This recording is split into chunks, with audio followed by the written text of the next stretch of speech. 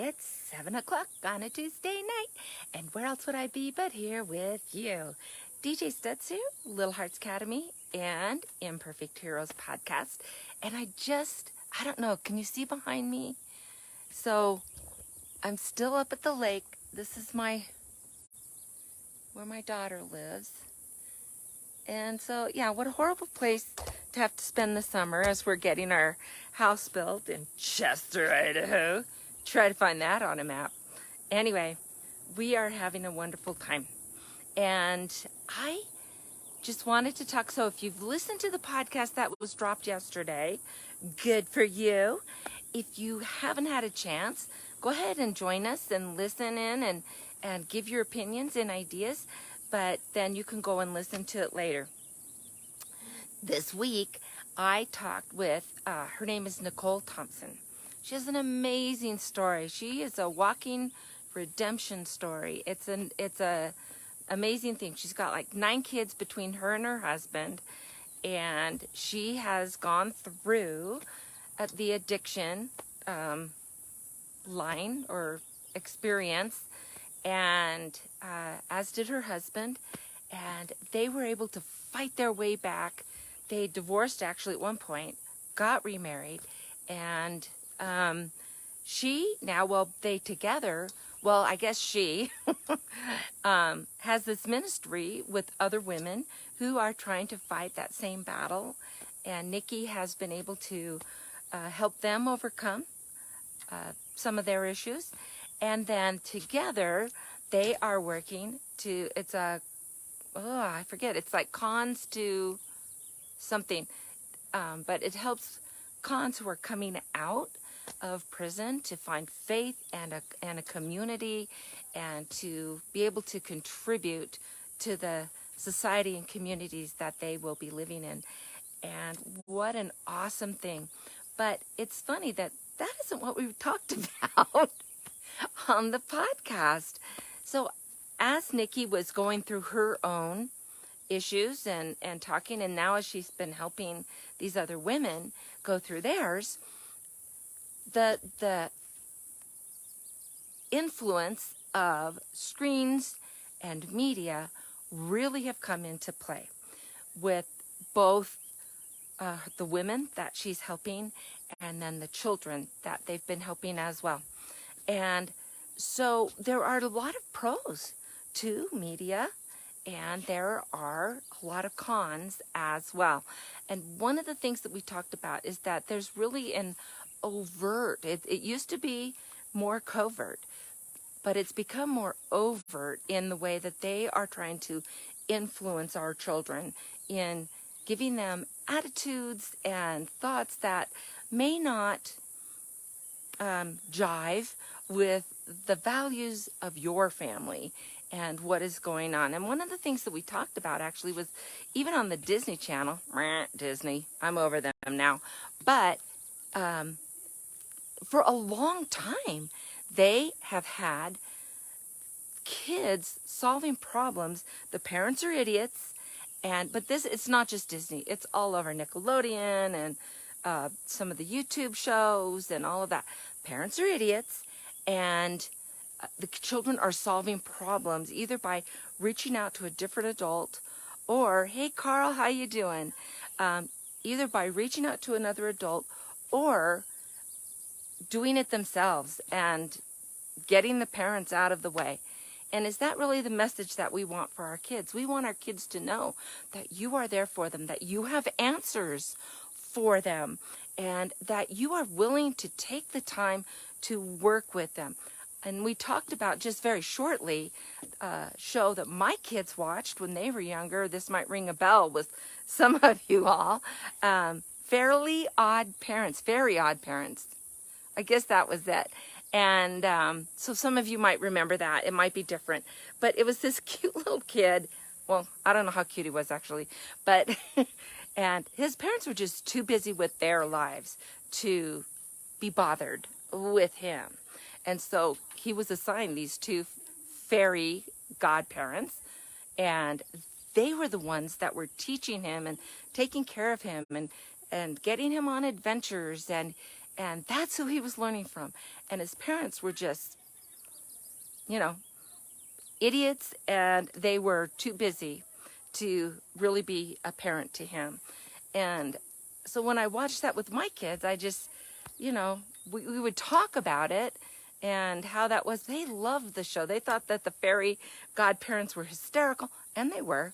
You know, it's all very entertaining, and so you have to be able to think about that. But it's also got those messages that are there. And so we need to be aware. We also talked about screen time. And as a teacher and someone who is an early childhood specialist with years of teaching, that's what my degree is in. I've also got, had endorsements. I'm retired as of end of May. Weird, huh? But I've had endorsements in special education and also music. And those music is so key for kids. And I'm going to have someone on, probably be September before we actually get to that, but about music and what that influences for kids. But I firmly believe in that. Anyway, as a teacher and as a parent, and then in talking with the parents that I coach, we notice that when kids have been on the screen time watching stuff, they can get, it's funny how they argue more, they get more defiant. But when you think about all of these messages that are coming to them, no wonder, right? And we tend to really need that for different things. And I'll tell you, when we had a long trip, we would drive 8, 10, 14 hours sometimes to either go on vacation or to meet family and to have the cousin experience and all of that. And we had a red Suburban, and we would flatten the back, and my husband, who is a mechanical engineer, figured out, we had the little teeny TV, but it wasn't a flat screen, it was those little TVs. We got the AC thing going, and we could have the video VCR in the car. He managed to work it all out long before the systems were popular. But we had movies that they could watch. And I know a lot of parents do the movies in the travel. Good for you. You're making sure that these are the things that you want them to watch. And fine, if that's going to help them not kill each other during a big long trip, I get it, right? You're sitting in the doctor's office and you need them to sit still. Or, you know, maybe it's an appointment for you and you didn't have anyone to watch your kids. And so you want your kids to be there and be quiet. So you give them a screen. I get it. And that's one of the pros of media, right? But you want to make sure that what they're watching is appropriate and right. I can tell you that in teaching kindergarten. So the last 2 years I taught a special needs pre-K for the school district I worked for. And then before that, I taught kindergarten.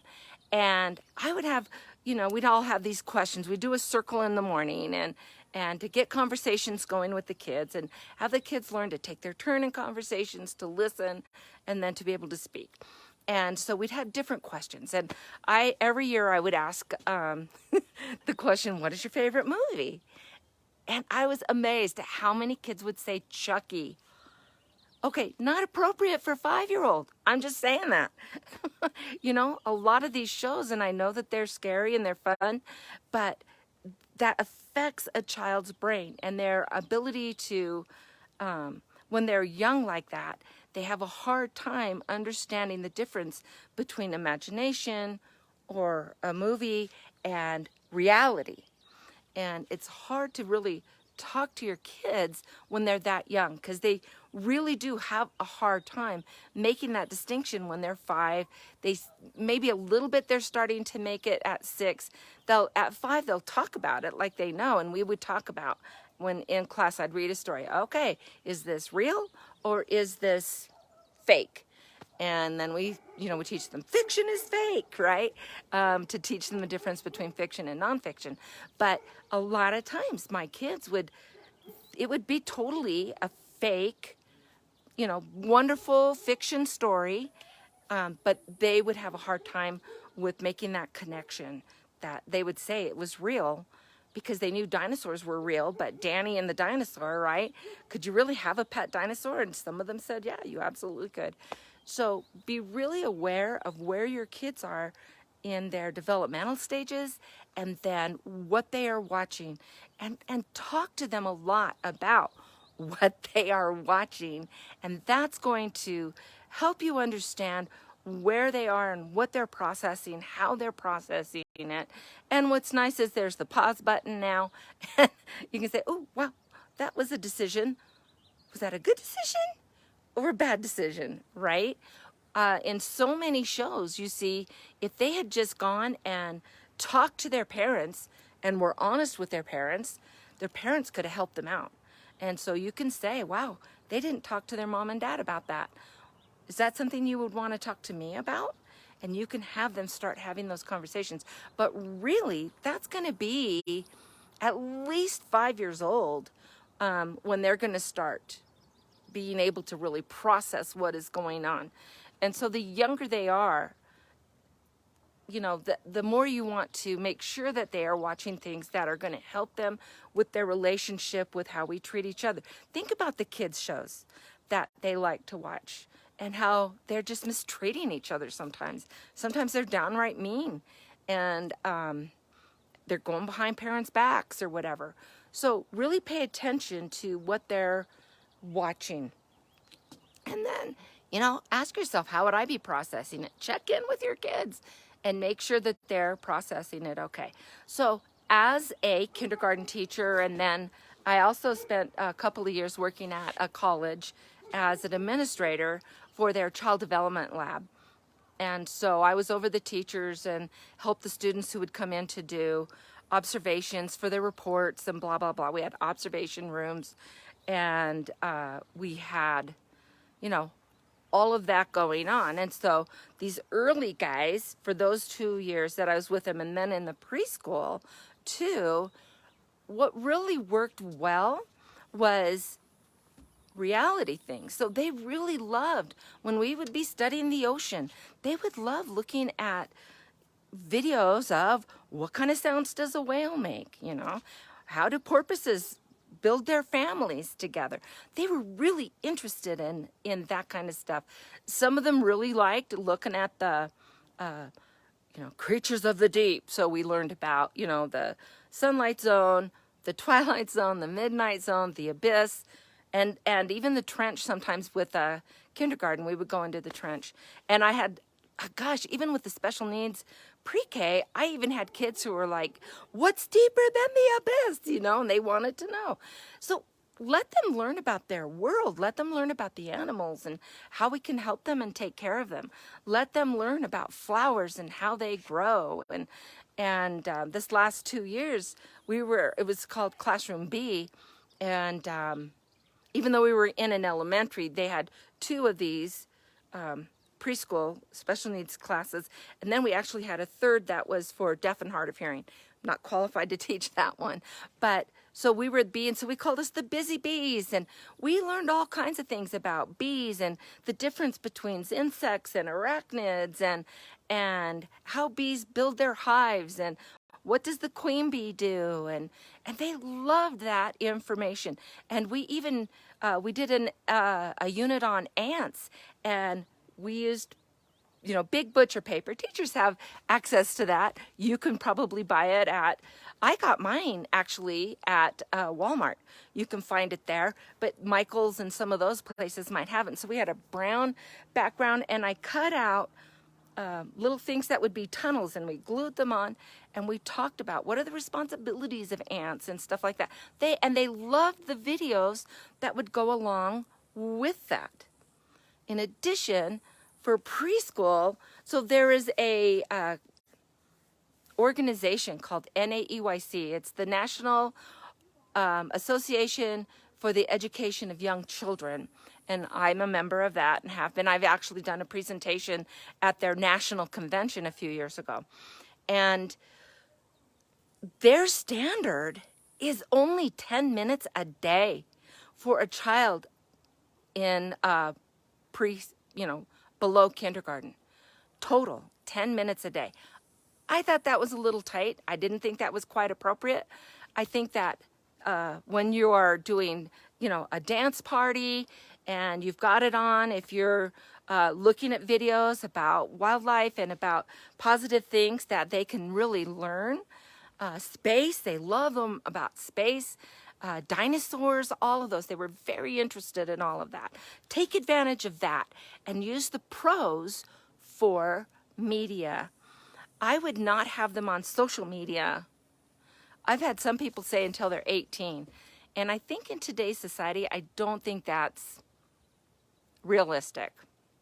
I think we need to make sure that we're watching them and making sure. But I would say probably once they're in junior high, they're going to start getting on it whether you let them on or not. Their friends are going to show them how to make a IG page or get on TikTok, or Facebook is kind of phasing out now, and so they might not be on Facebook quite so much, but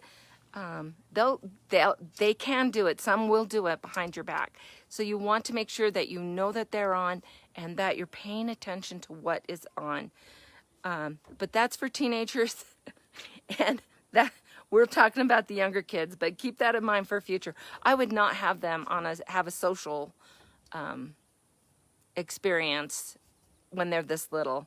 It would just be videos and stuff. Now they can watch videos, but you really want to pay attention to what's going on with your kiddos and what you are allowing them to be exposed to. And it's so funny that I hear parents say they'll scream and scream. I'm like, okay, they'll scream. Like, let's do something else to get their attention elsewhere. But, it's okay if they're mad. It truly is. It's okay if they get mad. And if they scream, we don't need to be thrown by it. It's like, oh, looks like you're sad. Looks like you need to yell. That's fine. Do you want to yell, over on the couch or in your bedroom? Do you want me to sit with you? We can yell together. That's really a fun experience to do with the kids. But, when you try to stop them, they just get worse. When you give them permission, they're like, what? Well, this is no fun. He said I could do it. And so that's kind of, so encourage you to sit and either watch with your kids, great, or some of the shows that they really like to watch. And it's not all on like the cable channels anymore. You've got YouTube and TikTok and all these other places that they can see shows, on a screen, on an iPad.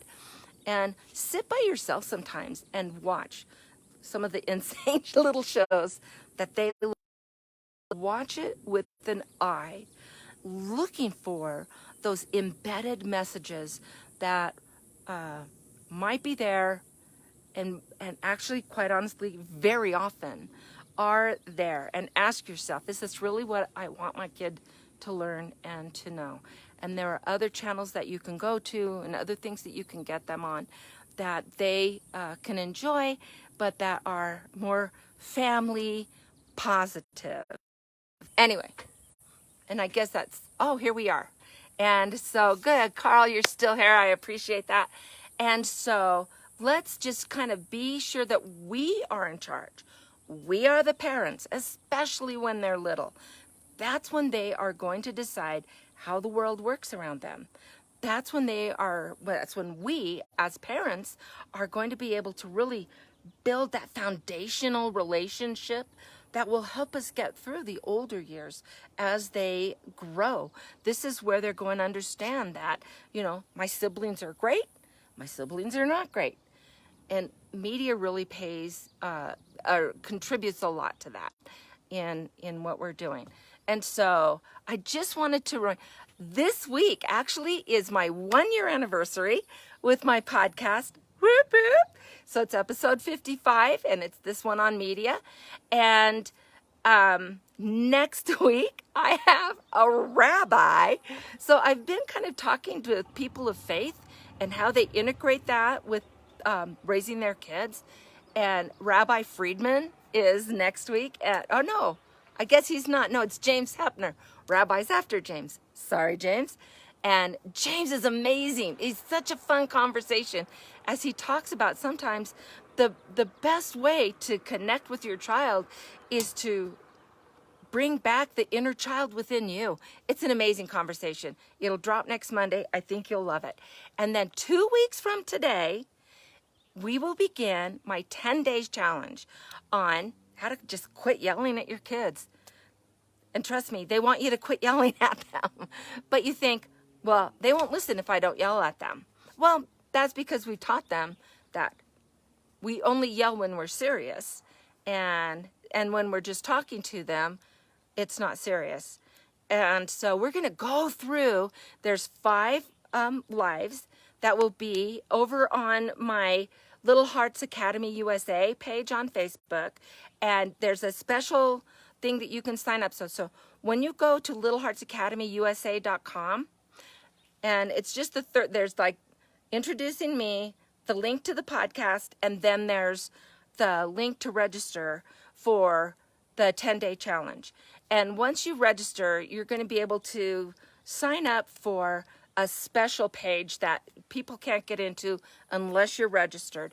And we're going to have, so every other day, we will have, it's at 5 o'clock Eastern time, we'll have the live, and we'll be talking about what we have learned so far, and sharing stories, and asking questions, and then we'll have another assignment for the next day. And so we'll be doing that for 5 days. Are you going to quit yelling at your kids in 10 days? Nope. In fact, you will probably never completely quit yelling at your kids. Because what are you going to do if they're running into the street? What are you going to do if they're reaching for a hot stove or trying to put a fork into the outlet? You're going to yell. But if you're only yelling once in a while, they're going to pay attention to that, because it's like, oh, they never yell. What is that? And they'll look up. But if you're yelling all the time, and then it's a dangerous situation, they yell all the time. I don't have to listen to them, right? And think about how you feel when someone's screaming and yelling at you. Do you just love that person to death? Are you feeling safe with that person? Do you really want to listen to what they have to say, or do you just want them to shut up? And so we're going to hit all of those things. And get a friend to join with you. It's always fun when you do it with a friend or a spouse or whatever.